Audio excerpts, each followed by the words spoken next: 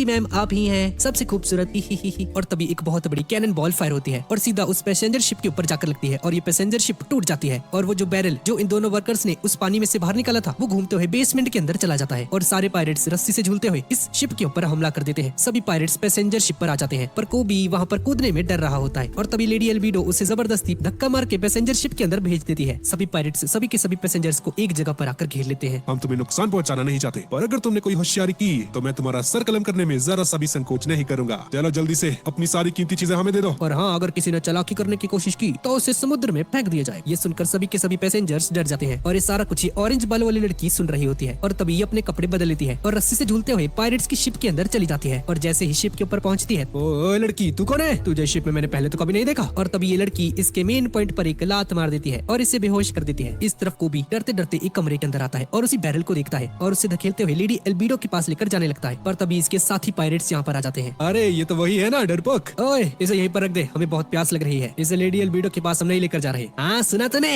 हट जा यहाँ से, भाग। कोबी डर जाता है और पीछे हट जाता है। मम्मी क्या बनाऊं इसके लिए? एआई मोड से पूछो ना, आप इससे बात भी कर सकती हो। वो बस 1 घंटे में पहुंच रहा है। मुझे प्रोटीन से भरी कोई रेसिपी बताओ जिसमें प्याज और लहसुन न हो।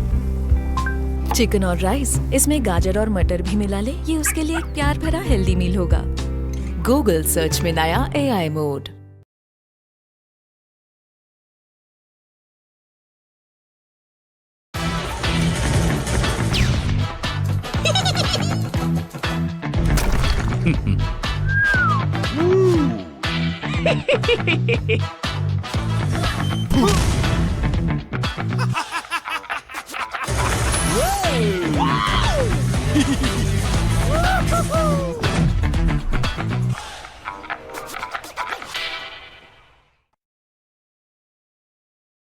भी डर जाता है और पीछे हट जाता है। 1 मिनट रुको, मैं इसे अपने तरीके से खोलता हूँ और इस बैरल के ऊपर एक पंच मारने लगता है और जैसे ही इसे तोड़ने वाला होता है तभी उस बैरल को तोड़कर कोई बाहर निकलता है और उसके पंच से ये पायरेट बेहोश हो जाता है।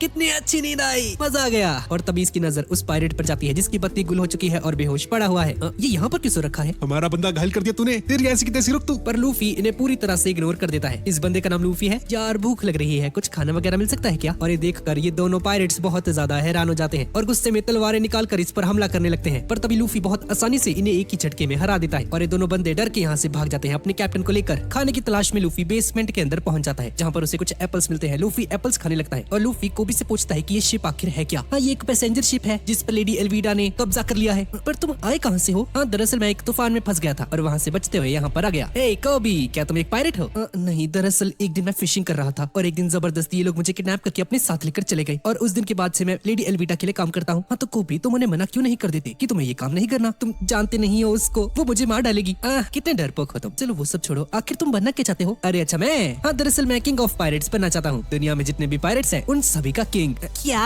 अबे तू पागल वागल है क्या? इसके लिए तो तुझे वन पीस खजाना ढूंढना पड़ेगा। तुम जानते भी हो कितना मुश्किल है वो। पागल वागल हो क्या? और तभी अचानक से यहाँ पर एक धमाका हो जाता है। तभी एल्विडा भी यहाँ पर आ जाती है और हमेशा की तरह कोबी से पूछती है, हाँ तो सबसे खूबसूरत लड़की कौन है इस दुनिया में? हाँ लेडी एल्विडा, आप ही तो। ओए कोबी, इस मोटी औरत के बारे में ही बात कर रहा था ना तू? ये सुनकर सभी पायरेट्स का मुंह खुला का खुला रह जाता है कि अब इस लूफी का क्या होगा। लेडी एल्विडा की इतनी बेइज्जती आज तक किसी ने नहीं की थी। तभी लूफी हवा में एक जंप लगाता है और एक पायरेट की मुक्का मार देता है और कोबी को अपने साथ ऊपर लेकर आ जाता है। लूफी अकेला है और सामने पायरेट्स की भरमार है। सभी पायरेट्स लूफी पर हमला कर देते हैं और लूफी भागने लगता है पर लूफी उन सभी को हरा देता है अपने रबर जैसी बॉडी का यूज करके। तुम इंसान भी हो क्या? अरे दोस्त, मैं रबर का बना हूँ, ये देखो मेरा शरीर बहुत लचीला है। ओए लड़के, क्या तूने डेविल फ्रूट खाया है? सच बताइयो। द गम गम फ्रूट, मैंने उसे खाया था। और इस तरफ हम देखते हैं कि वो ऑरेंज बालों वाली लड़की पायरेट्स का सारा खजाना चुरा कर यहाँ से भागने की कोशिश कर रही होती है। कोबी समझ जाता है कि यही वक्त है हिम्मत दिखाने का। ए मोटी, तेरे जैसी बदसूरत औरत मैंने आज तक नहीं देखी। तू मोटी है, मोटी एक नंबर की। और गुस्से में आकर लेडी एल्विडा कोबी पर हमला करने लगती है पर तभी लूफी बीच में आकर उसे बचा लेता है और लूफी लेडी एल्विडा को हरा देता है। लूफी नीचे बोट लेकर कूद जाता है और नीचे ये ऑरेंज बालों वाली लड़की भी यहाँ से भागने की कोशिश कर रही होती है और इसके बाद लूफी और कोबी अपने सफर पर निकल पड़ते हैं। लूफी कोबी से पूछता है, हंटर को जानते हो क्या? क्या तुम जोरो की बात कर रहे हो ना? हाँ उसी की। तुम जानते नहीं वो कितना खतरनाक है। अरे अरे मैं जानता हूँ यार, मैं सोच रहा हूँ उसे अपनी टीम में ले लूं। अब इसके बाद ये दोनों नेवी बेस्ड सिटी में चले जाते हैं जहाँ पर जोरो को रखा गया है। क्या तुम सच में जोरो को अपनी टीम में शामिल करने वाले हो? अरे हाँ यार, क्यों नहीं, पागल मत बनो। वो दुनिया का सबसे खतरनाक तलवारबाज है, लोग उसे पायरेट हंटर के नाम से जाना करते हैं। वो इंसान के रूप में एक शैतान है। लूफी एक स्ट्रेंजर से पूछता है कि जोरो को कहाँ पर रखा गया है। ये सुनकर सभी लोग डर जाते हैं और लूफी से दूर भागने लगते हैं। और इसके बाद ये दोनों उसी जगह पर पहुंच जाते हैं जहाँ पर जोरो को बंदी बनाकर रखा हुआ है और दोनों अपने सामने जोरो को देखते हैं जिसे एक लकड़ी से बांध रखा है। क्या इसके हाथ पैर हम खोल दें? अबे ओ पागल, वो खोलते ही तुझे जान से मार देगा। जोरो उन दोनों को देख रहा होता है और बोलता है, तुम दोनों यहाँ से चले जाओ। और तभी एक छोटी सी बच्ची दीवार को कूदकर जोरो के पास भागती चली जाती है और उसे खाने के लिए 2 राइस बॉल्स देती है। ए लड़की, चली जा यहाँ से, मुझे भूख नहीं है, तुझे लात मार दूंगा मैं, चली जा यहाँ से। और तभी 3 लोग यहाँ पर आ जाते हैं। एक राइस बॉल, हाँ, और उसे अपने पैरों से कुचल देता है। क्रिमिनल्स को खाना खिलाना एक जुर्म है और तुम्हें जान से मार दिया जाएगा। लड़की, तुम जानती नहीं हो मेरा बाप कौन है, कैप्टन मॉर्गन का बेटा हूँ मैं। ए, तुम दोनों सुनो मेरी बात, इस बच्चे को यहाँ से दूर फेंक दो। और सर, ये तो एक छोटी सी बच्ची है। मानता है या नहीं मानता मेरी बात को? और ये मोटा बंदा उस बच्ची को फेंकने ही वाला होता है, पर तभी लूफी उससे बचा लेता है और ये तीनों यहाँ से जाने लगते हैं। और जाते जाते जोरो बोलता है, 10 दिन बचे हैं ना मेरे पास, तुम देखना मैं तुम्हारा क्या हासिल करता हूँ। और तभी लूफी जोरो के सामने पहुंच जाता है। क्या वो राइस बॉल तुम मुझे दे सकते हो प्लीज? अरे यार, ये राइस बॉल तो पूरी तरह से खराब हो चुका है, जितना बोला है उतना करो। और जोरो उस राइस बॉल को खा लेता है। खाने के लिए शुक्रिया तुम्हारा। ये देखकर लूफी समझ जाता है कि जोरो दिल का बुरा नहीं है। लूफी यहाँ से चला जाता है और उस लड़की को बताता है कि उसका राइस बॉल जोरो ने खा लिया है। और इसके बाद एक छोटी सी बच्ची बताती है, भी कुछ दिन पहले ही कैप्टन मॉर्गन का बेटा गुंडागर्दी करने के लिए उनके होटल में पहुंच गया था। जोरो भी वहीं पर मौजूद था। ये देखकर जोरो को गुस्सा आ जाता है। ए, तुम लोग और उनके पेट्स को परेशान कर रहे हो, सुधर जाओ। तुम जानते नहीं मेरा बाप कौन है, कैप्टन मॉर्गन का बेटा हूँ मैं, वो तुम्हें जान से मार देगा। और ये सब कुछ जोरो ने इस लड़की और उसकी मॉम डैड की और उसकी पेट की जान बचाने के लिए किया था। और इस तरफ हम जोरो को देखते हैं जो कि बहुत ज्यादा परेशान है और अपने पास्ट को याद कर रहा होता है, जहाँ पर जोरो है और एक नीले बालों वाली लड़की दोनों तलवारबाजी कर रहे होते हैं। और हमेशा की तरह ये नीले बालों वाली लड़की उसे हरा देती है। तुम्हें और ताकतवर बनने की जरूरत है अभी। ये सब याद करके जोरो दुखी हो जाता है और बोलता है, नहीं, मैं यहाँ पर नहीं मर सकता। दरअसल मैंने डिसाइड कर लिया है कि तुम मेरे क्रू में भर्ती होने वाले हो। तुम कौन होते हो डिसाइड करने वाले? मुझे याद है तुम तो तलवार से लड़ते हो ना। अगर मैं तुम्हारी तलवार तुम्हें वापस कर दूं तो क्या तुम मेरी टीम को ज्वाइन करोगे? नहीं करता, जा। अरे रुक जा, मैं अभी तेरी तलवार लेकर आता हूँ। तुम गलत डायरेक्शन में जा रहे हो। और तभी लूफी अपने हाथों को लंबा कर और दूसरी डायरेक्शन में जाने लगता है। ये देखकर जोरो हैरान रह जाता है। ये लड़का है कौन? ये इंसान है या क्या है? और इस तरफ हम कैप्टन मॉर्गन को देखते हैं और यहाँ पर एक स्टैचू को रस्सियों की हेल्प से उठाया जा रहा होता है। और तभी मॉर्गन का बेटा चिल्लाते हुए यहाँ पर आता है, पापा, एक बंदे ने मुझ पर हाथ उठाया। तो पिटने लायक ही है। मैं उम्मीद करता हूँ तूने उस छोटी बच्ची को मार दिया होगा, है ना? नहीं पापा जी, वो तो एक छोटी सी बच्ची थी ना, मैं उसे कैसे मार सकता था? कैप्टन मॉर्गन अपने सैनिकों को आदेश देता है, जल्दी जाओ टाउन में और उस छोटी सी बच्ची को मार गिराओ। और इस तरफ हम लूफी को देखते हैं जो कि जोरो की तलवार को ढूंढते हुए बेस की छत के ऊपर पहुंच जाता है। और लूफी हवा में उड़ते उड़ते कैप्टन मॉर्गन के सामने आ जाता है और उसे देखकर सभी लोग हैरान रह जाते हैं। अबे ये हवा में उड़ते हुए कैसे आ रहा है? ये क्या है? और लूफी की वजह से उस स्टैचू का एक हिस्सा पूरी तरह से टूट जाता है। सॉरी पाजी, गलती से हो गया। ये सब देखकर कैप्टन मॉर्गन बहुत ज्यादा गुस्सा हो जाता है। इसे पकड़ो, मैं इसे मार डालूंगा।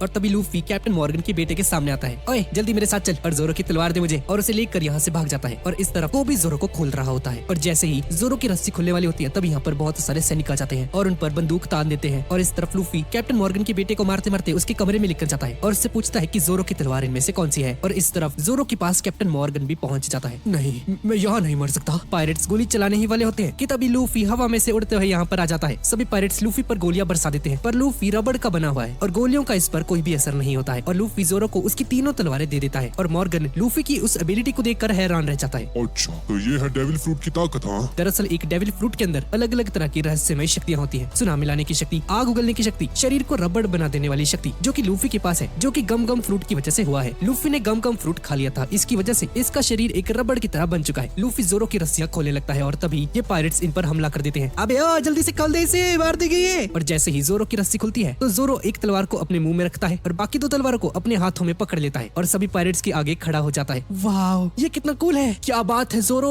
कमाल ही कर दी। अगर तुम में से कोई भी हिला तो मारा जाएगा। ये बात सुनकर सभी के सभी लोग रोने लग जाते हैं क्योंकि सभी लोग जानते हैं कि जोरो कितना ज्यादा खतरनाक है। ए लूफी, तुम्हें किंग ऑफ पायरेट्स बनना है ना? तुम्हारे ही तरह मेरा भी एक सपना है, दुनिया का सबसे बेहतरीन तलवारबाज बनना। और तभी लूफी जोरो को नीचे झुकने के लिए कहता है और अपनी टांगों को लंबी कर सभी पायरेट्स पर हमला कर देता है। भाई साहब, ये तुम कैसे कर लेते हो? लगता है मुझे ही कुछ करना पड़ेगा, तुम लोगों के बस की कुछ नहीं। लूफी भागकर मॉर्गन के पास जाता है और उसकी कुल्हाड़ी जैसे हाथ पर हमला कर देता है। तुम मुझे मारने की कोशिश कर रहे हो? क्या तुम जानते हो मैं कौन हूँ? मैं हूँ नेवी का captain x hand Morgan. Morgan अपने हाथ से लूफी पर हमला करता है, पर लूफी हवा में जंप करके उसके अटैक को डॉज कर लेता है और उसे एक लात मारता है और मॉर्गन लुढ़कता हुआ पीछे जाकर गिरता है। ये देखकर कैप्टन मॉर्गन के सभी चेले हैरान रह जाते हैं। ये है कौन? और ये बच्चा हमारे कैप्टन को धो रहा है, भाई कमाल है। और तभी मॉर्गन का बेटा यहाँ पर आ जाता है और कोबी पर गन तान देता है। मेरे पापा को छोड़ दे वरना तेरा दोस्त नहीं बचेगा। अरे कोबी इतनी आसानी से डरने वाला नहीं है। ताली में